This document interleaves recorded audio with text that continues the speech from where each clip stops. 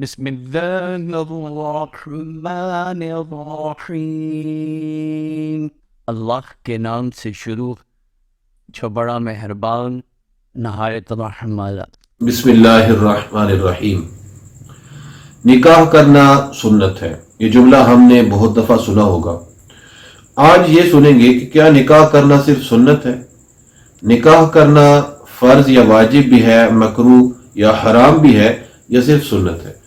تو یاد رکھیے، نکاح کرنا صرف سنت نہیں بلکہ کچھ حالتیں ایسی ہیں کہ جن کے اندر نکاح کرنا بندے پر فرض ہو جاتا ہے، یعنی لازم ہے کہ وہ نکاح کرے، یعنی شادی کرنا اس پر لازمی ہو جاتا ہے۔ اور بعض صورتیں ایسی ہیں کہ جن کے اندر نکاح کرنا واجب ہے، یعنی اس صورت کے اندر بھی لازم ہے، اگر شادی نہیں کرے گا تو گناہ گار ہوگا۔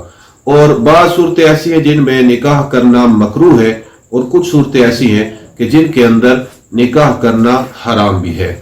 تو یاد رکھیے، نکاح کرنا، شادی کرنا اس وقت فرض ہے جب بندے کو یہ یقین ہو کہ میں اگر نکاح نہیں کروں گا تو زنا کے اندر مبتلا ہو جاؤں گا، حرام کاریوں کے اندر پڑ جاؤں گا، بدکاری میں مبتلا ہو جاؤں گا۔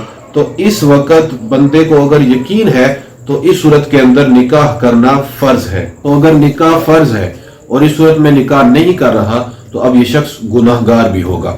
اور دوسری جو صورت ہے نکاح کی، وہ ہے نکاح کا واجب ہونا۔ نکاح واجب اس وقت ہوگا کہ اگر بندے کو شہوت کا غلبہ ہے اور اس کو یہ گمان ہے، یہ اندیشہ ہے کہ میں اس کی وجہ سے حرام کاریوں میں پڑ جاؤں گا، اس کو یہ اندیشہ ہے کہ اس کی وجہ سے میں زنا کے اندر، بدکاری کے اندر یا مشت زنی، ہینڈ پریکٹس کے اندر مبتلا ہو جاؤں گا، تو ان صورتوں کے اندر اگر اس کو اس کا اندیشہ ہے اور ساتھ وہ مہر اور نان نفقہ دینے پر قادر ہے تو اب اس صورت میں اس کے لیے نکاح کرنا واجب ہے۔ اگر نکاح کرنا واجب ہے تو اب بھی اگر یہ نکاح نہیں کرے گا تو گناہ گار ہوگا۔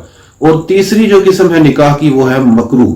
اس صورت کے اندر نکاح کرنا مکروہ ہے جب بندے کو یہ اندیشہ ہو کہ میں مہر اور نان نفقہ جو ہے، یعنی جو بیوی ہوگی اس کی ضروریات کو پورا نہیں کر سکوں گا۔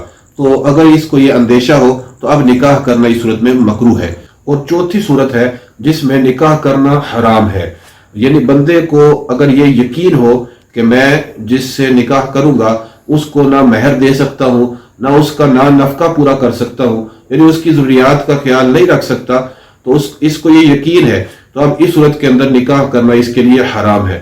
اب اگر اس صورت میں بھی شہوت کا غلبہ ہے، اس کو یہ پتا ہے کہ مجھ سے گناہ ہو جائیں گے، تو اب اپنی شہوت کو ختم کرنے کے لیے اور یہ طریقے استعمال کر سکتا ہے، جس طرح اس کے لیے JTR پروڈکشن پر ایک ویڈیو بھی موجود ہے۔ اور ایک طریقہ یہ بھی ہے کہ روزے رکھ کر جو ہے یہ اپنی شہوت کو ختم کر سکتا ہے۔ اور صورت ہے جس میں ہم سنتے ہیں کہ نکاح کرنا سنت ہے، تو نکاح کرنا سنت کب ہے یہ بھی سنتے ہیں کہ اگر شہوت کا زیادہ غلبہ نہ ہو، درمیانی حالت ہو، اور اس طرح نان نفقہ دینے پر بھی قدرت رکھتا ہو، یعنی مہر بھی ادا کر سکتا ہے، عورت کے حقوق بھی ادا کر سکتا ہے، اس کی رہائش اور نان نفقہ اس کا پورا کر سکتا ہے، تو اب اس صورت کے اندر نکاح کرنا سنت مؤکدہ ہے۔